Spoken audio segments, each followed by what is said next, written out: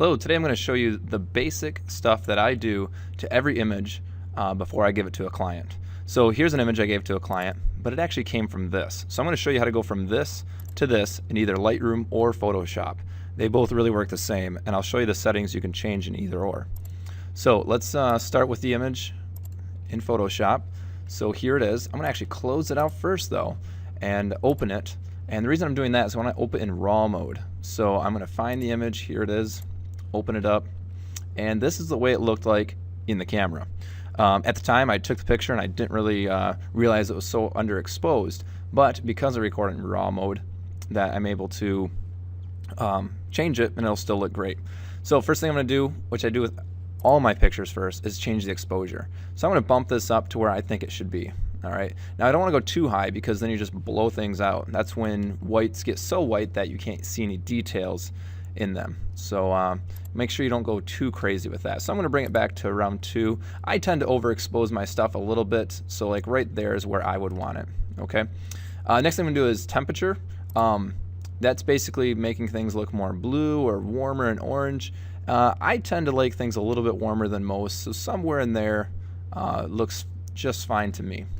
You can also mess with tint. If it seems too green or purple, you can change that as well, but really the way it was just fine with me.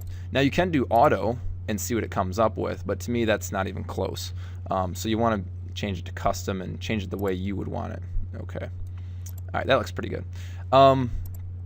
Maybe a little more exposed. I'm going to jump over here right now. I only care about some things in the picture because I'm going to crop it differently. So I'm going to go up to my crop tool right up here, or you can press C, and I'm going to scroll this down. Now when I do this, I'm going to hold on Shift though, so that way my aspect ratio stays the same as I do it. But I'm going to crop it something like this. I'm trying to use the rule of thirds here.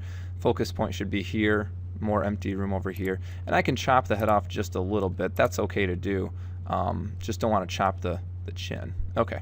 That looks pretty good, and if I just hit enter, it'll show me it like that. Maybe that was too much. I can go back to crop though and just kind of move this over a bit. There, that's perfect. Love it. Okay, I'm gonna go back to my basic settings over here. Now the highlights are a little bright over here, so I'm gonna bring some of those highlights down, and you can just kind of look at the white areas and see what that's doing. I'm going to bring my highlights down. I'm also going to bring my shadows. She's brunette. She doesn't have gray hair, so I'm going to bring some of those shadows down a little bit. And this will make it more contrasty without actually changing the contrast. Whites, you know, I'm going to leave those up. You can bring them down. You just want to really always pay attention to skin tones. As long as you get that right, the client's not going to care as much. That's where they focus on. I can bring down blacks. You can see basically the hair and the eyes get really dark, but I don't want to bring our eyes down too much. So I'm going to bring down blacks some, but I don't want to go crazy with this. So that looks pretty good. We'll fix the eyes in a little bit. Clarity. What this does is basically creates contrast between colors, and it makes things look sharper. Like I can see individual hairs and things like that. But the downside is it's not very flattering against skin. So what you'll want to do is probably take this down if it's an up-close picture. And I'll show you how to use clarity in a different way though in a minute. Alright, vibrance, basically how colorful do you want it to be? Do you want it really vibrant? This looks cool in a way, but the skin again is too colorful. They'll not like that. They get to look fake. So you could turn up vibrance a little bit. And it really depends on your subject. If they have a lot of acne or something like that, you're not going to want to do it as much. So that looks pretty good. Now let's do a couple things here. So before I move on, I'm gonna zoom in a little bit. And you can zoom in using this right here. I'm gonna go to 100%. This is called going 1-to-1, and basically I'm looking at pixel by pixel.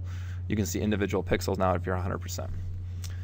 Okay, I'm gonna start using my adjustment brush, and basically I can do some of those same effects with using just this brush. So one thing I want to show you is maybe how to get the eyes to brighten up a little bit since we turned them down some. So I'm going to turn up the clarity, alright, and I'm going to turn up saturation, and I'm also going to turn up exposure a little bit.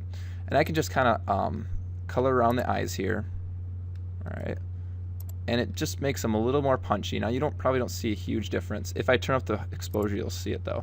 So you don't want to go crazy with it, but if you just want to kind of get it to where you want, she has these hazel eyes, so maybe I'd turn up the saturation a little more to show that. And again, like you can see that, so that looks pretty good right there. Yeah, I like that. Okay, so to get out of this mode right here, I can just click back on the hand or zoom out. And maybe that's a little too much. So if I'm like, you know what, that's a little creepy. So I could click on this and then maybe back down the, you just want to click on it right there first, and maybe back down that exposure just a bit. So somewhere right in there looks just fine though. All right, next thing I want to do is actually increase the clarity for the hair. That's a great place to do more clarity, is not on the skin. So I'm going to go back to that brush there, and I'm going to change this stuff. So you can see when I change this stuff now, it's not changing the last one. I'm on new, so it's gonna be a separate brush. So I'm not going to change the exposure necessarily, but I do want to pump up my clarity and not change the saturation for this, what I'm about to do. So I can change my brush size. It's kind of small right now, but I can just up this a little ways, and that looks pretty good. Now if you watch the hair, basically I'm adding clarity to the hair. It really makes the hair really stand out, a little more punchy and stuff like that. And you can adjust this and see what it looks like with or without it. Now this is like it just looks flat and mushy. So if you turn this up, you can see it's much more intense. It shows a lot more sharpness.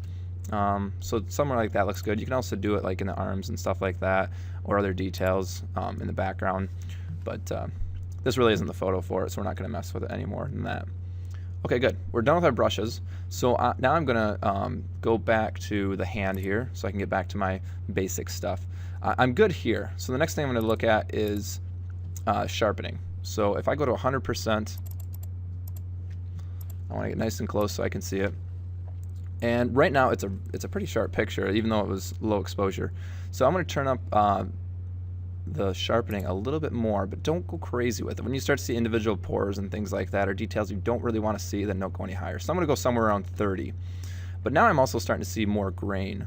All right, so what I'm going to do is come into here to noise reduction. I was at ISO 400, so I shouldn't have to raise this up much, but I'm going to bump this up. And if you go real high, what happens though is they start to look like plasticky. See, here's low, grainy, top, plasticky. So you want to find a good middle ground, all right? So I'm going to go probably somewhere around 30 and call that good. She has relatively great skin, so if they have some acne or other problems like that, then you could really up the luminance of the noise reduction, and you'd really take care of a lot of that. All right, that looks cool. Again, we're not trying to make things look fake. We're just trying to give the client what they want. All right, let's now go to hue and saturation and luminance, HSL, grayscale. I'm going to zoom out for a second so you can see. Here's the whole image, right? Now, you can actually just change certain things in here. So like the saturation, I had the green already turned up. If I look at hue, I can take just individual colors. Like if I take orange, that is their skin tones, right? So like if you just want to change the skin tones, you would change it there. So that's not something I really want to mess with unless they had a bad spray tan. All right, so I'm going to take the greens here. I like this to be a little more green right here as well. So I'm going to up the green some, and you can see how much greener it gets compared to yellow. So I'm taking the yellow, turning it more green. I can also go to the saturation of green. I can turn it up to there. And I can also go to luminance and make the greens darker or brighter. Okay, so you can kind of mess with that, get whatever feel you would like. I like the green against the fleshy red skin, so that looks good. All right, and last thing I'm going to show you is vignetting. To make it really pop, I really like to turn up vignetting. That's a personal thing. You can go white, but that's kind of 80s. So I would drop this down, and you don't want to go crazy with it. It's really dark on her shoulder right here, but you know, somewhere around like -20 something, it looks pretty good. So without, it's without, and that's with. And it really just makes the subject stand out from the background a little more. I do this with almost all my photos. It's just a personal preference. You don't have to do it. Okay, looks pretty good. So now I'm going to go to Open Image.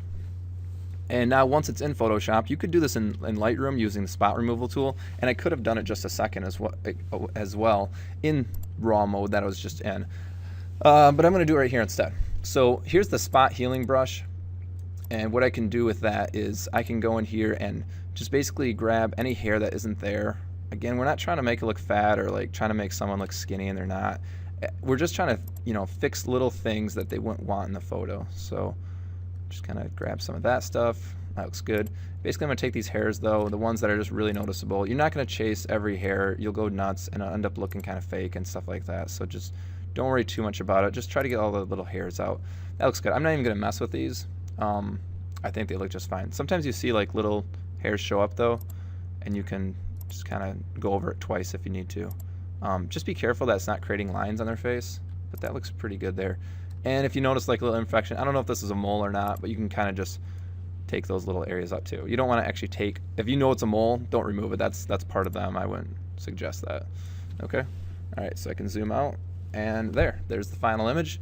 If I want to say this is a JPEG, I'm just going to do save as and then drop this down to JPEG. So looks pretty good. And in the next video, if you'd like to see, I'm going to work on creating punchy sports photos. So check that out if you want to see how to make things look really pop. All right. Hope you enjoyed it. Thank you.